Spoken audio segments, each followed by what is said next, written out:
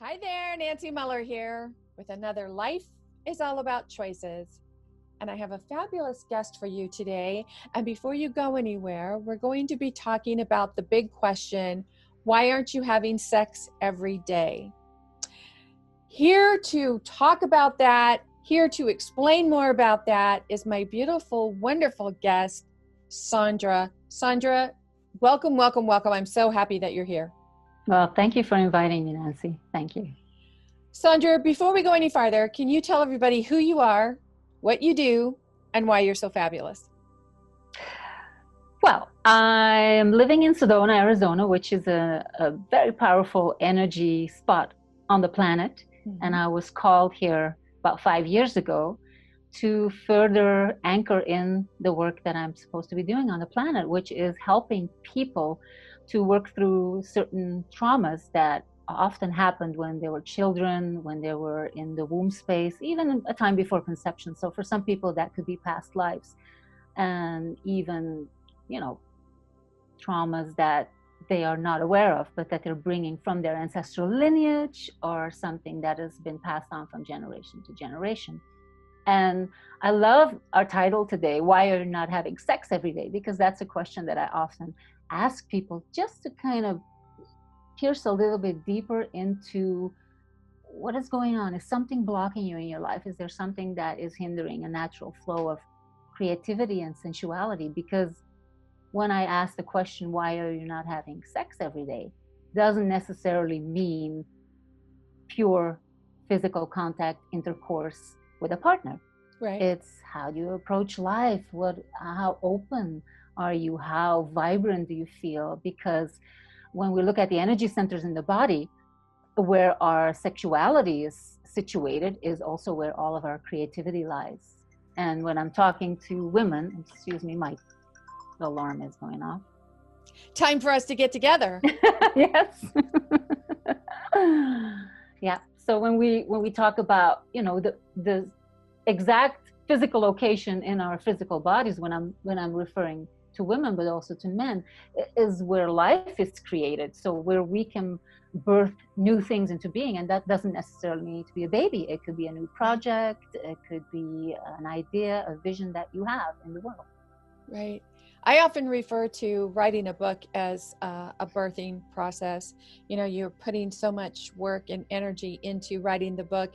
And then when you write the book, and publish it, it's the birth of the book. And then everything that comes after that. I think that's an excellent way to describe it in my experience, because that is what it feels like. You have this material that you're creating in the same way as you're creating life inside of you, and to think of it as a birthing process. And now that it's here, what are you going to do with it? How are you going to keep going and keep sharing and nurturing this beautiful gift that you have? And I have to say that since we first talked a couple of weeks ago, I have been listening to a lot of your YouTube channel meditations, some of them more than once. And I don't know if it's your voice, your accent, the content, all of it rolled into one, but they are beautiful, they're powerful, they're uplifting, they're thought-provoking. And I, for one, really appreciate that you are offering those beautiful full-length meditations on your website or on your YouTube channel. Mm-hmm. Yes, it's one of my passions, because there's a lot of men and women. I know that some of my videos are more focused for women, but a lot of them are also for men. And there's so many people on the planet that do not have the opportunity to attend the workshop for whatever reason. Maybe they don't have the financial ability to do so, or the time to take time off from their family or their jobs, or travel long distance. So it's really important to me to continue to offer those free guided sessions, because it is like you are having a session with me, and I approach it as if you're paying top dollar for precious time that people put into private sessions, all of us light workers that offer private sessions. And that's what I want people to feel, that there's somebody there that's holding that space for them. Well, I definitely feel that. And I wanted to just, for anyone watching this conversation, definitely check out her YouTube channel because, oh my goodness, so powerful. So Do you have a favorite? I really enjoyed the whole Opono, Mm. and I've listened to that several times. It's the way that you just say, I'm sorry, please forgive me. And you just, I don't know, there's just something about it that by the time it's over, you're so relaxed and so in love with yourself and so feeling connected to yourself. And that's been my favorite. That one has been my favorite. Yeah, thank you. Yeah, it's like an act of self-love and self-compassion. And that specific one that you talk about is the Ho'oponopono for deep self-love and radical self-forgiveness, which was birthed into being after I went through a very intense process of understanding that I had given away my power so many times in my life. And at a point where I was ready to set some healthy boundaries and to really step onto a new timeline, like, okay, this was the old me, but that was never the real me. That was just a bunch of layers of trauma and all kinds of stuff that happened that I had to work through, to then take off those layers and be like, who am I really? What do I really want in life? And when I reached that point where I was really ready to step onto that new timeline, I had some serious self-forgiveness to do, because a lot of shame and guilt came up for not taking better care of myself. And that's where that whole session was created inside of me. So I think that when people step into the session, they feel that it comes from a deep place inside of me.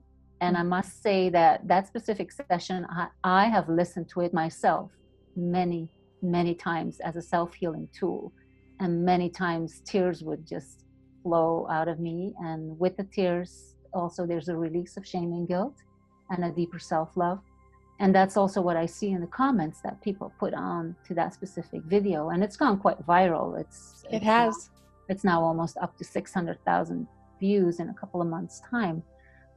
So it just shows that a lot of people are ready to take it to this next level, because we need to forgive ourselves to step into our own power, to step onto a new timeline, to take it to the next level. Absolutely. And life is all about choices. These conversations are always with someone who has gone through some type of a dark night of the soul and come through it and come out on the other side and are now using what they've experienced to help empower, inspire, and motivate others. Can you talk a little bit about your dark night of the soul that led you to do this work that you're doing? Absolutely. And I feel it was multiple dark nights of the soul, starting from when I was a baby. But it was the one that when I was in my early 40s, mid 40s, that really like shut me completely down. I really was in a position of, okay, I really hit rock bottom. Everything that I thought was working for me or that I wanted, that I aspired in my life, it is just backfired so badly. This is not who I really am. I've sold myself out. I haven't been true and authentic to myself. And it was really one of those moments where an old part of me really died.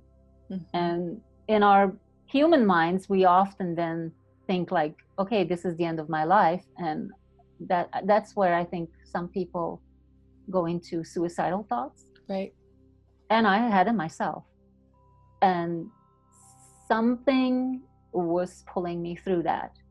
And I'm gonna fast forward a little bit, because after doing a lot of work on inner child and working with timeline reimprinting, which is something that I also do at my retreats, I realized that it was actually me from the future working with my younger self, and that could just be a year or 2 years time difference, or it could be 20 years or 30 years, however far you want to go, that was telling me, come on, you can do it, and this is a new beginning. Because every death, every ending is also a new beginning. And for me, it was in the area of self-worth, self-love, boundaries, giving my power away. And my most powerful catalyst in my life up until now has been relationships. And that started with being the baby of a teenage mother and father. And I always say my soul really wanted to come in. And I even had to do some forgiveness work where I felt that at a certain level, I kind of disturbed my mother and father's life by coming in so early. So that's also where Ho'oponopono comes in very strongly, to do that forgiveness work, because we all on a soul level make certain agreements and we come in, and sadly enough, we forget about most of it. Right. And we get caught up in this illusion of life, like, oh my God, we're powerless and we can't do anything. But if we look at it from a higher perspective, we come in to learn so many lessons, and there's so many opportunities. And I've definitely been on a fast track and on the fast lane, and I'm starting to enjoy it now. I can see the humor in it. I can see it like, okay, it's happening. And yesterday I was at a party with some local women that are all light workers here in Sedona. And the similarities of all the women, all the stories were very, very much alike. And just a little small piece of it was, we've been talking for decades about going with the flow and surrendering. And it's as if only just now, a couple of months ago, we've really understood the true meaning of it and are actually putting it into practice. That's very beautiful. And I can feel it when you're talking. And I like what you said about the future self, talking to the younger self and saying, come on, you can do this, and pulling yourself forward.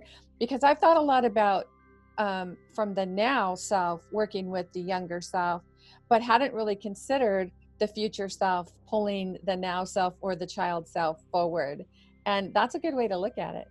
Yeah, it's super powerful. It's really super powerful. I do it a lot at retreats, and it's amazing because then in the sharing circle, the stories that come up, and I haven't met anybody that wasn't able to connect to their future self. And, there's infinite timelines, and every choice we make in the now moment, because when we tap into let's say a version of us 5 years or 10 years into the future, and we tap into, wow, that being has done tremendous personal work and has really been diligent and feeling the level of self-love and dedication to just being happy and being in the present moment. When we can tap into that gives us hope. It does. But then it's like, in the moment, every choice we make in the now moment decides if we are going to reach that future self next week, 30 years, or never. Right. Exactly. So it's still always we have free will in the now moment. But it's so fun to tap into the different timelines and to see the possibilities, because that's with a lot of people, and I work with a lot of women, is just having this fit, because when we go deep into a session and we tap into the future self, you actually can feel it. All of your senses are activated.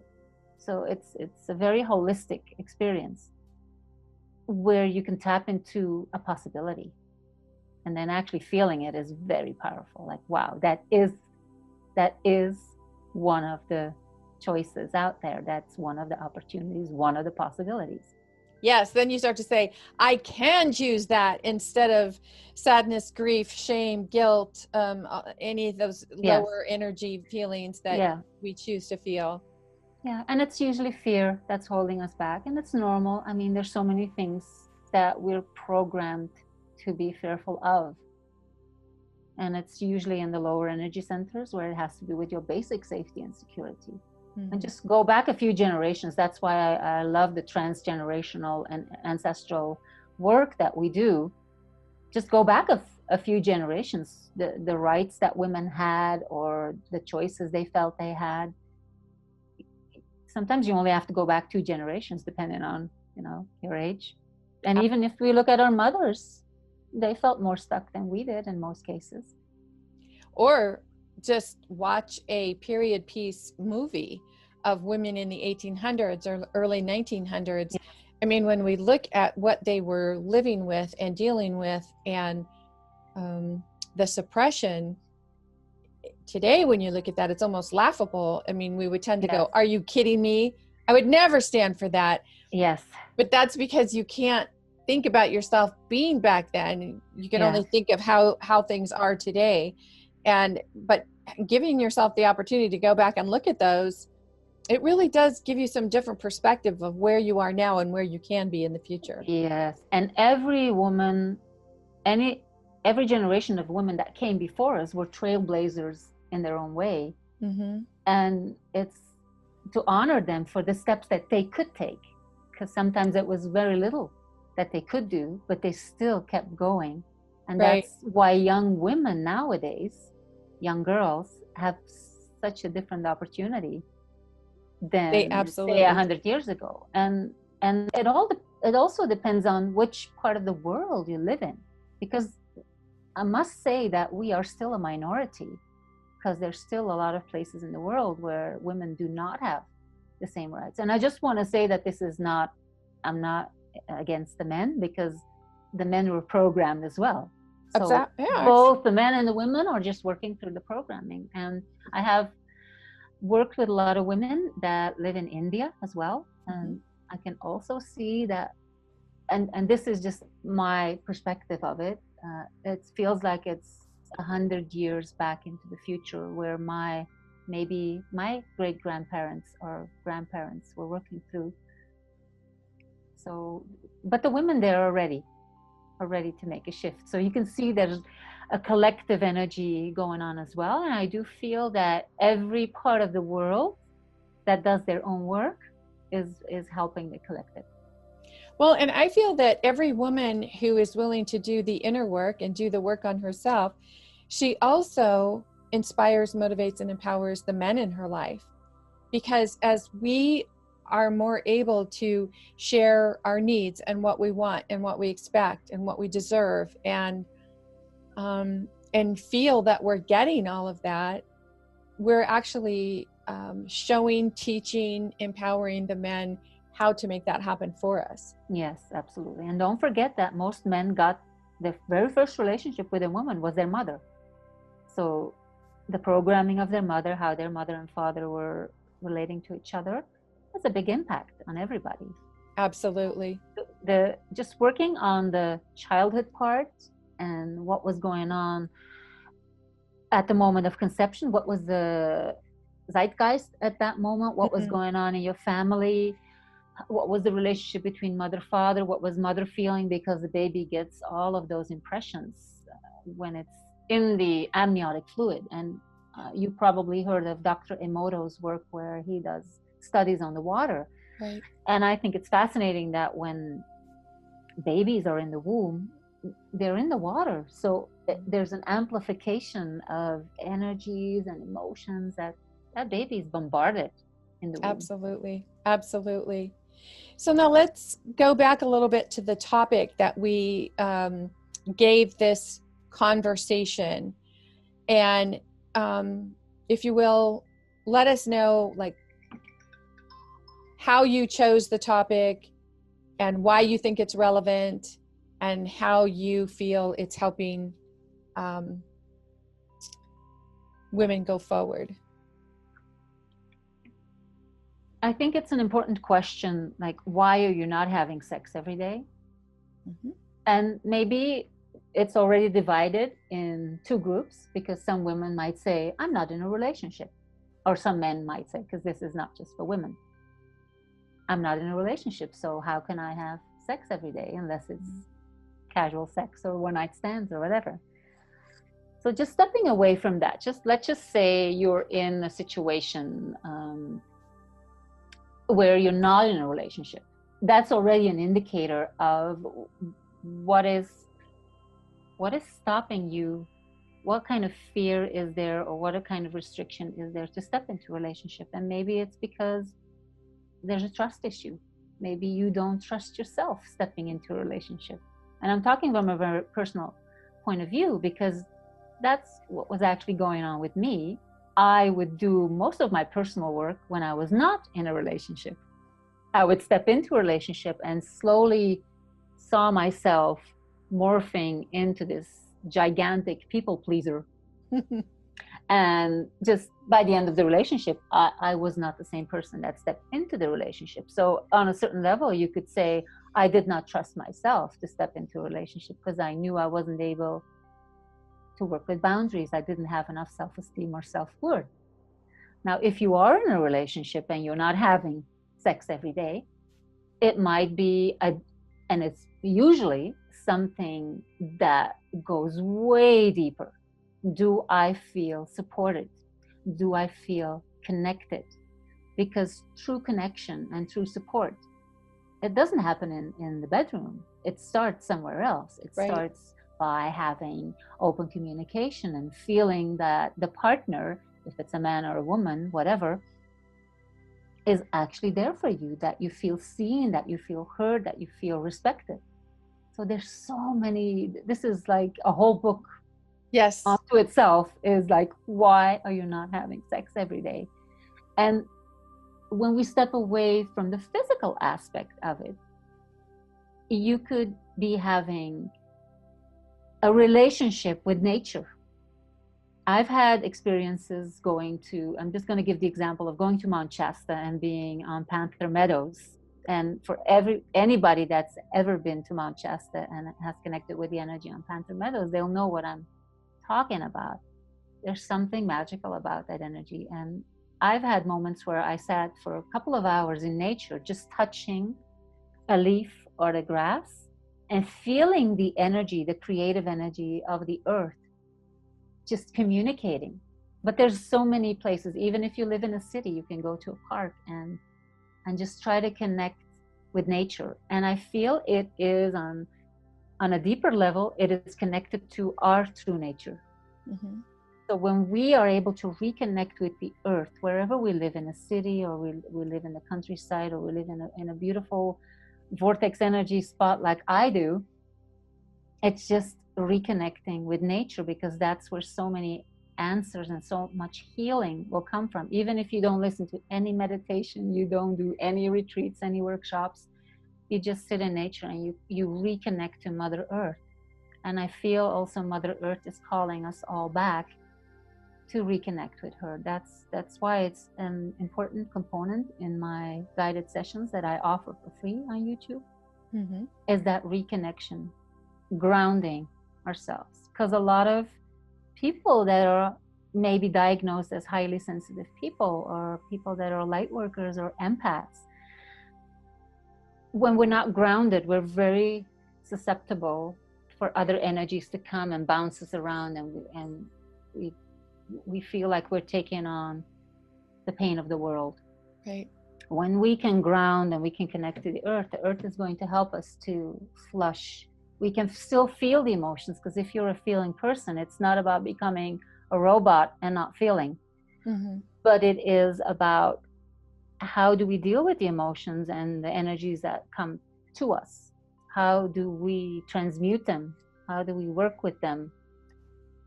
So those are a few examples of the deeper laying question. And for any person listening, this will be a different answer. Why are you not having sex every day? But it is an invitation to go deeply within and to see where you've lost connection, where you don't feel supported. And it doesn't necessarily need to come from another person or from your partner. Correct. It could be, where have I forsaken myself? Where have I let myself just unsupported, unconnected? Or it could be to the earth. It could be just going back into nature. And likewise, I think you can look at it the other side, someone who is having actual physical sex every single day, but they're still feeling a void or empty. They feel like they're giving, giving, giving, and not getting anything in return. There's no reciprocity there. Do you want to talk to that? Yes, absolutely. Because the disconnect, again, it's like a disconnection. If you could have sex every day and not feel supported, not feel connected, Right. and it's almost like we compartmentalize our life. Mm-hmm. Like it's my body.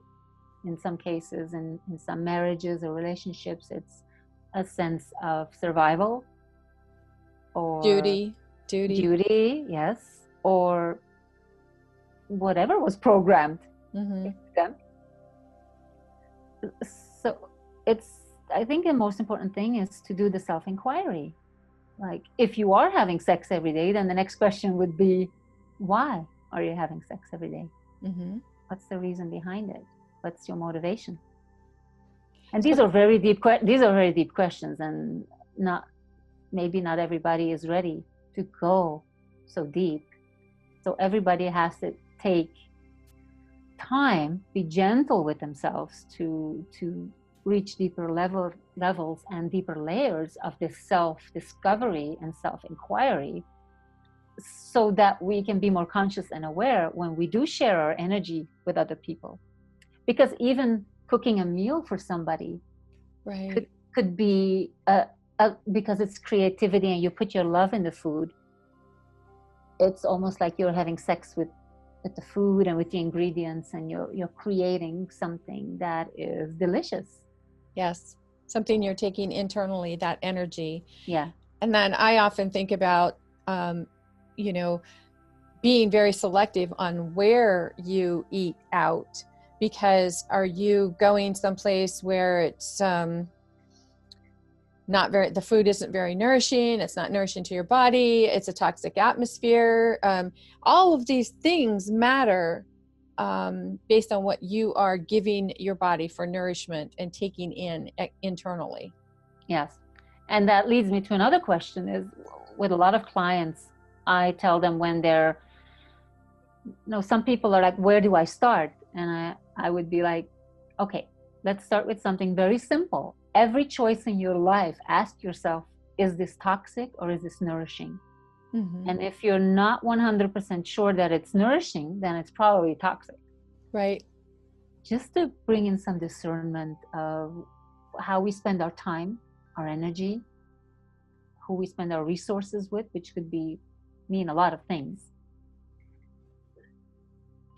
So yeah, but I think it's exciting. I think it's exciting to ask ourselves all of these deeper questions and become aware of where we're not in a compartmentalized way living our lives, and everything that we've been programmed with from the media and from our ancestral lineage, and just taking our power back. Slowly it's happening. It's like people are stepping into a new state of self-empowerment, step by step. And what I hear you saying goes a lot to beliefs. We come into this world as a baby, and everything that we're taught to believe is true or must do or must have is based on a belief that someone else had and taught us. So as you get to a certain point, how would you suggest to someone who's listening to this conversation and trying to determine within their own life how they can start turning things around? Where would you suggest they start? Well, you have to go to the root cause. You have to go to the seed event. And if you research a little bit, then you will understand why we need to go back so far, because a lot of our beliefs are programmed pre-verbally. Mm-hmm. And when we are between the ages of 0 and 7, our brain our brain operates on a completely different brainwave level. And then kind of from 6 to 12, it's kind of a different brainwave level. But especially from 0 to 6 or 7, we are almost in like a hypnotic state. And Dr. Bruce Lipton has many beautiful videos about this. So if people are interested in this, he has done an amazing job in explaining this. So research is out there. And because of the state that we are receiving information, things we see, things that are done to others, things that are done to us, what we're seeing going on in the world is already programming us. But it's on such a deep subconscious level that we can say when we're adults, oh, this is a limiting belief and this is not healthy for me. But on a conscious level, we cannot access that information that was already programmed on much deeper levels. And I like to use the example of a computer that if you're installing new programs or new downloads, you have to look at the space you have and what is already on that computer that might be slowing down that computer, and you might have to remove some of the old programs.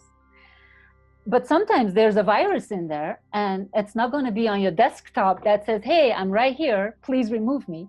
You'll have to dig a little bit deeper, and sometimes you'll need the help of a professional to actually find it because you don't have the tools to deal with it. And then I like to use the example of the wastebasket, that when you drag all of the files that, oh, I don't need them anymore, they're still in that wastebasket. They're not gone. And then there's a conscious decision. You click on it and it says, are you sure you want to permanently delete these files? And then you have to click yes or no. So again, that's our in the moment decision. And maybe we need to do that every day. Every day we need to ask ourselves, when we see the old patterns coming up, in the beginning, it might be researching, like, what are the programs that were installed inside of my deep subconsciousness when I was a baby, when I was in my mother's womb, when I was a child growing up, anything before the age of 12, what was installed inside of me? And then you can say, do I still want to hold on to that or not? But then the process of removing it is not just some wishful thinking and a little affirmation. It's going to ask for some determination and some diligence, and maybe every day making that conscious decision of, do I want to delete it? Yes or no. Do I want to hold on to it? Yes or no. And then you start recognizing the patterns. And that's, I feel, is a sign that you're doing the work, is you start catching yourself. Oh my God, I did it again. And then being gentle with yourself, forgiving yourself, but making a day-to-day commitment of letting go of something that is really no longer in your highest benefit. And when you start to become, I call it self-directing, because you're now noticing, you're now aware that you are making these decisions. Another thing is to know that no one else can do it for you. And that's the beauty in this work, is when you get to a point where you realize, okay, some changes have to be made. And yes, I can look to other people for guidance, but you look to them for guidance, not to do it for you. You know, you can't go to someone and say, okay, I need you to fix me. It doesn't work like that. And everything is a practice. Practice means you do it every day, every day, every day. You just never stop. If you want to play the piano, you know, just like that joke, how do you get to Carnegie Hall? Practice, practice, practice. Oh, yeah. So what is your Carnegie Hall? You know, what is that thing that you're aspiring towards, that you want to go towards, and how do you practice getting there every single day? Really good points, because I do feel that we are on a cusp of big shifts where people are stepping into self-empowerment, because we come from an era where we are giving our power away to healers and shamans, and it's literally like, please help me, heal me. And everything has its place, but I do feel that the ones that are ready to serve humanity, they are shifting with humanity, and they're actually stepping into a more self-empowering way of helping people and helping people to heal. So, and that is where self-esteem comes in as well. Because if you go, let's say 50 years ago, 20 years ago, 10 years ago, 5 years ago, you would go to any type of healer and you would be like, please heal me. You would put yourself in a position of codependency to a certain extent, because you would need that healer to come and do that over and over and over again. Right. But that was maybe all you could handle in that moment. Mm-hmm. But I do feel that we're stepping into a new dimension, into a new energy, where yes, there are still people there that are helping us to, let's say, clear our field or kind of reset a certain template. But then it's like, come on, we have to take self-responsibility. We cannot be pointing fingers at other people anymore. It's time to take back that power and be fully responsible for who we let into our lives, who we spend time with. And if we don't feel supported, to actually really look at it and be honest with ourselves. Is this any type of relationship? This could be your job, this could be with family, this could be with a lover or a partner, a family member. Just looking at it, is this nourishing, or is this detox? Is this toxic, or is this nourishing? Mm-hmm. And along with that, it's also when you ask yourself, are you looking to another person to validate you, to give you your self-worth? Well, if this person didn't say exactly X, Y, or Z today, you're feeling down on yourself. So yeah. When are you giving your power away by expecting your validation, your self-worth to be expressed through another person?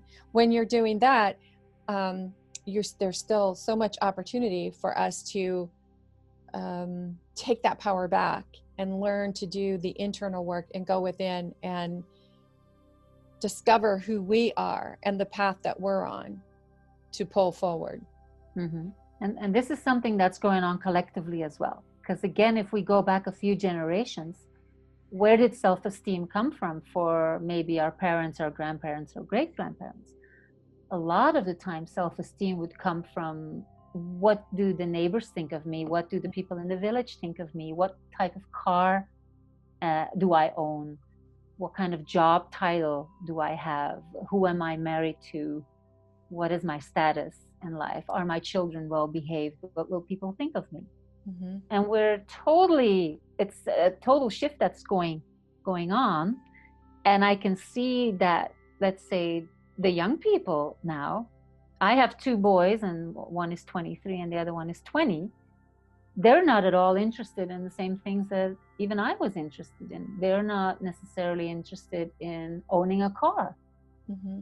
So all of a sudden, this status symbol of, oh, I'm driving a specific type of car, so people will value me, right, for the car that I'm driving, is already, because of the new generations coming in, is like, it's kind of falling away. And these young people are talking about sharing cars, and Uber and Lyft are just symbols of how the collective is changing. And even, you probably have some examples in your life where you're completely different than your parents or your grandparents, and what you think where your self-esteem is coming from. So it's collectively we're moving through that, and a lot of stuff is shifting. And I do feel that we're all working towards the point where self-worth, self-respect, self-esteem is truly coming from the inside. And that's where we can set standards for other people coming into our lives. Because if we don't love ourselves, if we don't respect ourselves, people pick up on that energy. And that is where we feed other people's shadow sides as well. Because I love to work with the archetypes. So every archetype that we have in ourselves, and we have a whole collection of archetypes. Every individual has his own very specific collection of archetypes. And that's what a catalyst in life is in our relationships. That's when we step into relationship, whatever type of relationship it is, these archetypes start to activate each other. And it could be activating the light aspect, but it could also, and in most cases, activate the shadow aspect. So in some relationships, when you have the child archetype and it is your wounded child archetype, there will be a lot of opportunity for your wounded child shadow aspect that maybe felt abandoned or not loved or whatever it is, to come up to the surface in an existing relationship that is actually just triggering something really old. How do you help someone determine?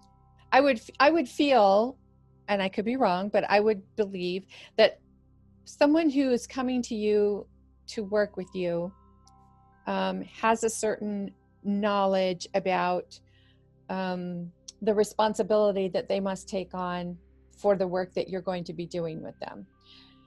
So that being said, how would you guide someone to take a look at where they're not taking full responsibility in their life?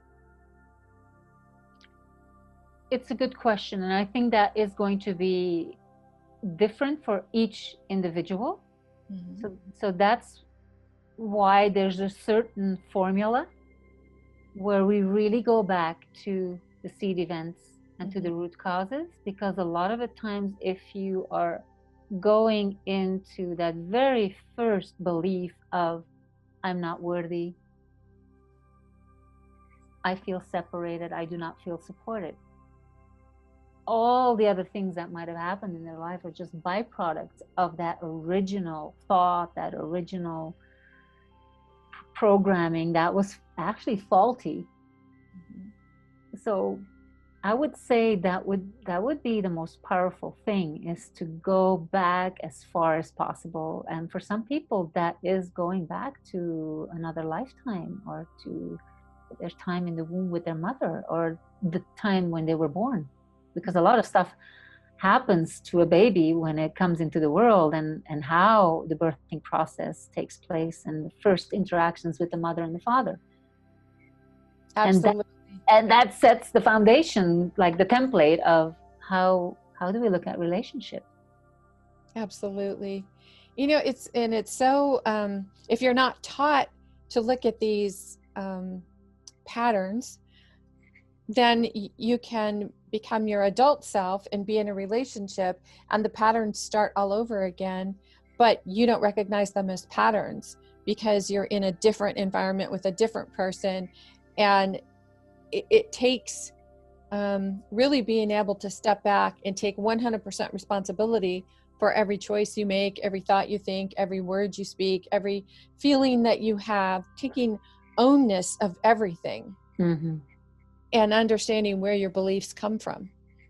And sometimes it's enough to look at your birth story and to see certain things, and then just have that epiphany of like, oh my God, I have been replaying my birth story over and over and over again.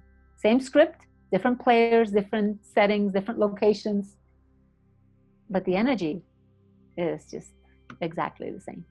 Absolutely. Now, when you're talking about your birth story, are you talking about having a conversation with your parents, like, hey, tell me what happened in the delivery room, that type of thing? Yeah, I have a whole questionnaire that I give to my clients and some people do not get those answers from the parents because either they don't have a relationship with the parents anymore, or the parents are deceased, or in some cases they are demented and they just can't ask them any questions.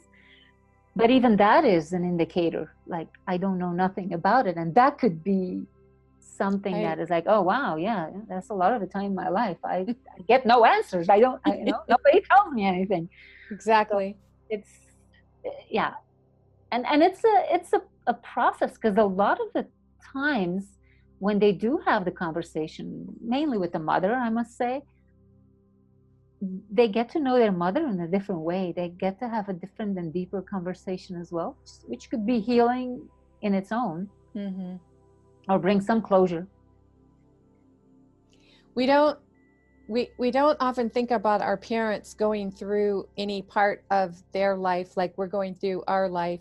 Instead, we tend to look at them in a judgmental way, or why did you do this? Or if you had done this, this could have been different. So there are a lot of people who create beliefs in childhood and bring them with them into adulthood, and they're walking around as their adult self making decisions that they made in childhood, and they don't understand why their life is out of balance. Mm-hmm. And as a child, you know, you just assume that grown-ups know everything. Exactly. And when you get yourself, I mean, I'm like 50 and I'm like, oh my God, I'm still learning every day. Why would I ever think that you know, back in the day, a 20-year-old or a 30-year-old would have all the answers? And so one of the free sessions on YouTube, which I would recommend to people that are struggling with this, where there's judgment towards the parents, because a lot of the times it's resentment and judgment towards one or both of our parents or caretakers. Because like in my case, I was raised by my grandparents. So there's two layers to that. It's not just mother, father. It's also like, okay, the grandmother and the grandfather were also taking on the parental roles. I created a session, and it's on the YouTube channel. It's called Mini Ancestral Healing, but it's just a healing for mother and father, or at least the people that raised you. So you could do it in whatever, you know, way. Maybe you were adopted, or maybe you were in an orphanage and there were some people taking care of you that you kind of saw as the mother and father figure. So it doesn't matter if it's your biological mother or father, but I think that's one of the things. If we want to heal our relationships, if you're a woman and you want to have a better relationship with men, look at your relationship with your father. If you want to have better relationships as a woman with other women, look at the relationship you have with your mother. And you know, and that goes for both genders, looking at both, what's my relationship with my mother and my father, and that will give you a lot of insight on why all your other relationships maybe have a certain dynamic. Right. And what are you still holding against them or blaming them for? Yeah. And during the session, what it's not to say that some people haven't had very horrific situations happen with caretakers. I'm not saying that, but it does help you to look a little bit deeper on why did they do it, and why were they the way they were, and what formed their personality and their character, and what was the dynamic between because sometimes the dynamic between two people creates a different dynamic than when you're just with one person. Yeah. So there's so many layers to it.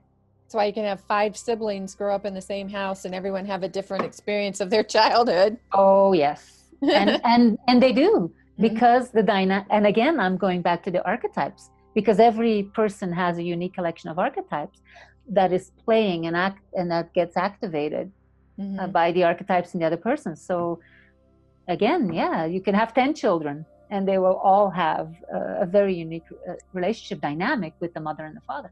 Absolutely. Sandra, this has been such a powerful conversation. I really, really appreciate you being here with me and just bringing to light what you've brought to light. It's so, I keep using the word power and empowering, but that's what I'm feeling. Very full and thankful and blessed. And I really, really appreciate you in my life, as well as the work that you're doing for others. If you ever received an email from me, at the bottom of my email, I say, remember, if I can do it, so can you. So Sandra, if someone wants to work with you or get in touch with you or find out, you know, where you hang out, can you let them know how to get a hold of you?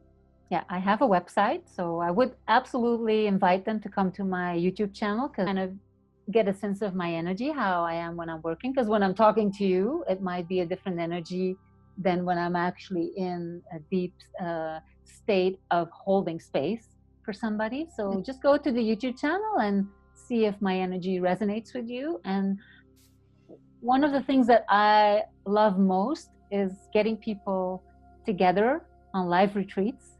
And it's beautiful to bring like-hearted people together. And when we're together in this group container, magic happens. So that's my absolute favorite, to bring people together in the life settings. Fabulous. Thank Yeah. you. In the meantime, this is Nancy Mueller saying ciao for now.